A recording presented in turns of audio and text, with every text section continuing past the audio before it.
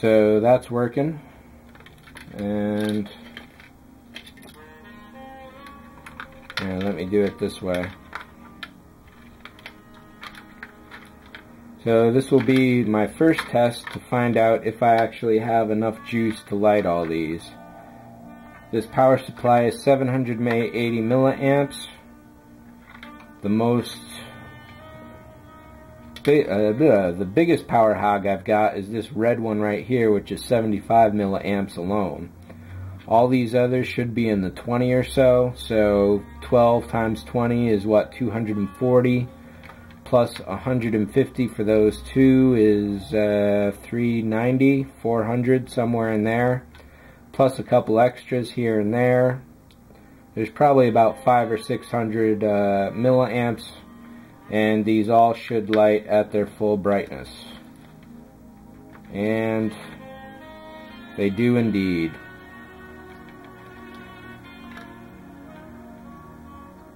Except this red one seems to be out.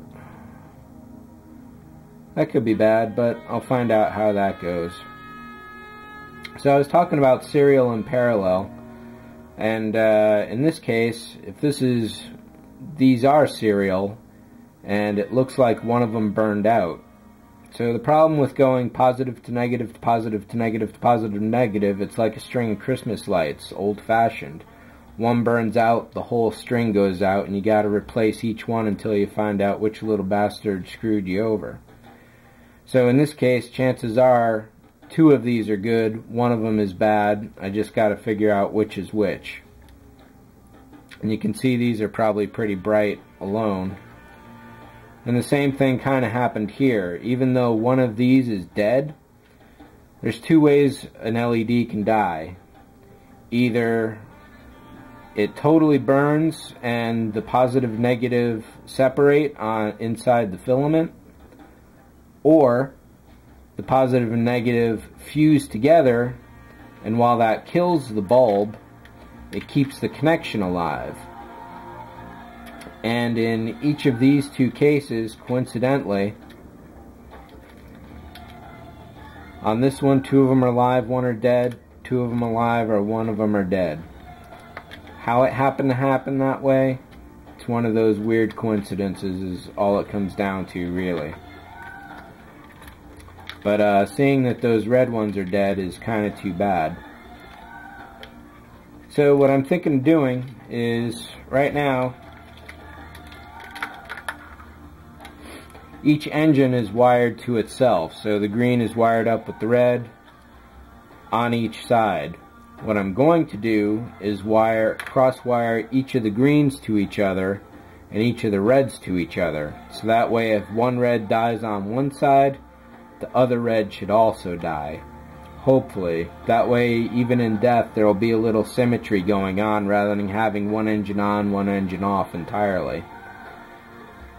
And normally I would like to be able to get into a kit later on to make such repairs. The way this one is, it really doesn't seem very likely. I'd have to actually slice into the body somewhere and then patch that up later on. And let's face it, that would just suck. It could be done. It could certainly be repaired, but it won't be pretty. I was thinking I wouldn't mind doing some fiber optics with this. That doesn't light too bad. I definitely need some lights back here. That's far too dim.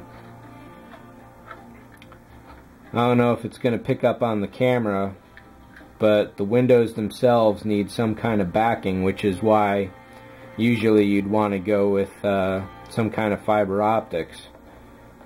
The LEDs in person, it looks like there's one way back there, and as you run the windows across, it's just flickering with the same one. So what I'm thinking is I'll get some white vellum paper or onion skin paper, put that immediately behind the window, and that should diffuse the light pretty well. But I'm pretty happy with the way the top is lit here. I've got these 4 pointing up. It looks like I've got 2 more in there, I just haven't wired them in yet.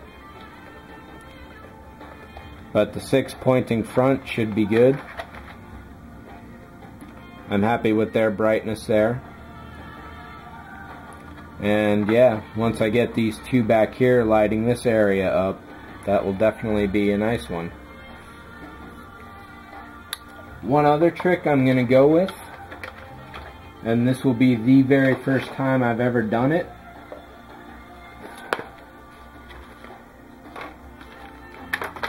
CMOS. This is a 4060 timer chip, and let me get the book here if I can find it. The CMOS cookbook. If you go into my playlist, there's one called The Report. Scroll through that and you will find the CMOS cookbook. This has, if you want your lights to blink and they don't do so by themselves like an RGB blinker would, you need a CMOS chip. There's a lot of different kinds, and the 4060, which is what we're looking at, is a binary ripple counter. So essentially what that means is that when you hook a capacitor and some resistors and stuff like that into it, it will do an internal count, and when it reaches a certain number in its count, it will send some juice to whatever's plugged into it. In this case, it'll be an LED. So I want to wire up my plasma emitter here in the front with a red LED, but I don't want it to be on all the time. So putting one of these little chips in there with a couple other little bits of electronic craziness will create it so that it's only blinking, say, once every minute, once every half minute. That's determined by the capacitor. As a charge builds up in a capacitor, which means capacity, once it fills up, it triggers, it empties, then it needs to fill up again, it triggers, it empties, back and forth, and so on. That's how it helps out with the counting. And the size of the resistor you plug into it, the size of the capacitor, determines the length of time that comes out of it. There's ways to get this to fade up, fade down, and do some other things. So this is going to be the first experiment I do with this. I'll definitely cover it in detail as I get to it. I pretty much have to do it by this weekend because the electronic wizard I know is going overseas for a few weeks. So if I don't get them now, it's going to be sometime in late May, and I want to have this all finished by then. So I'm definitely pretty psyched about this. You know, the copper foil tape is definitely an innovation for me. Going with the mix of serial and parallel is not something I've really done before, so that's an innovation. Using the magnets to hold the contact points is going to be another innovation, and going with the CMOS is going to be, it's going to step up the electronics in a way that I've never done before. And once I prove the workability on this, it's going to open up a whole new realm of happiness for all my other lighting models. Star Trek ones, you got blinking lights all over the Enterprise. I've got a Millennium Falcon that needs some blinking lights on the interior. It's going to be really great. I'm really psyched. This is going to be the test bed. And yeah, so I suppose that's about it. I'll let you guys get on with whatever it was you're doing.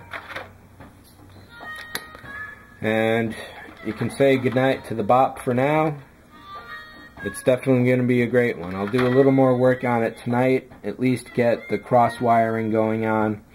So for the next update, you can definitely expect some significant progress from what you see here now. So as always, happy modeling. Don't sniff the glue too much. Take care, and I'll catch you all later.